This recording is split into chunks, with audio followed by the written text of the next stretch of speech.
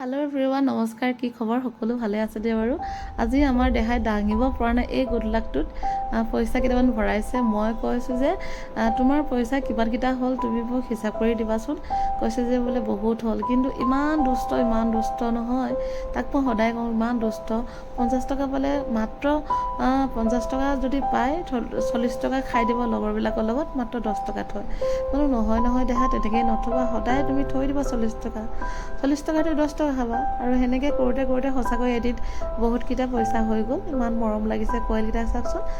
আৰু আগতে আমি সৰু হৈ থাকোঁতে ঘৰত বাঁহৰ চুঙাত থৈছিলোঁ এনেকৈ। ইমানখিনি নহয় আৰু কমচে কম কেতিয়াবা 50 টকা আৰু 100 টকা হয়গৈ। ইমানখিনি কৰি পোৱা নাই, কিন্তু তেতিয়া আৰু এনেকৈ আৰু পইচা ইমান নাপায়ো। পইচাৰ অভাৱ আছিল তেতিয়া, ক'তনো পাম। এমাহৰ মূৰত কেতিয়াবা 2 টকা 1 টকা দিয়ে। কিন্তু এতিয়া দোকান থকাৰ কাৰণে ৰেগুলাৰ খুচুৰা পইচাবিলাক অহাৰ কাৰণে থ'ব পাৰিছে। সঁচাকৈ আগৰ কথাবিলাক বহুত মনত পৰে।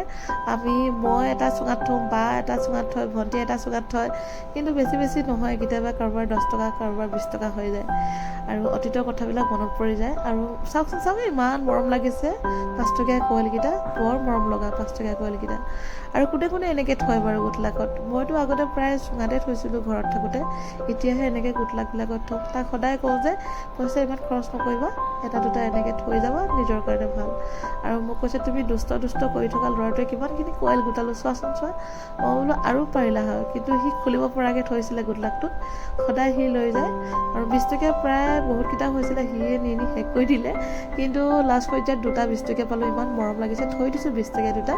আৰু বাকীখিনি এনেকৈ সেইখিনি গন্তি কৰিছোঁ। গন্তি কৰি কিমানকেইটা ওলাই নাজানো, কিন্তু আপোনালোকে এনেকৈ থয়নে বাৰু গোটলাকত? কোনে থয় বাৰু? কমেণ্ট কৰি জনাবচোন।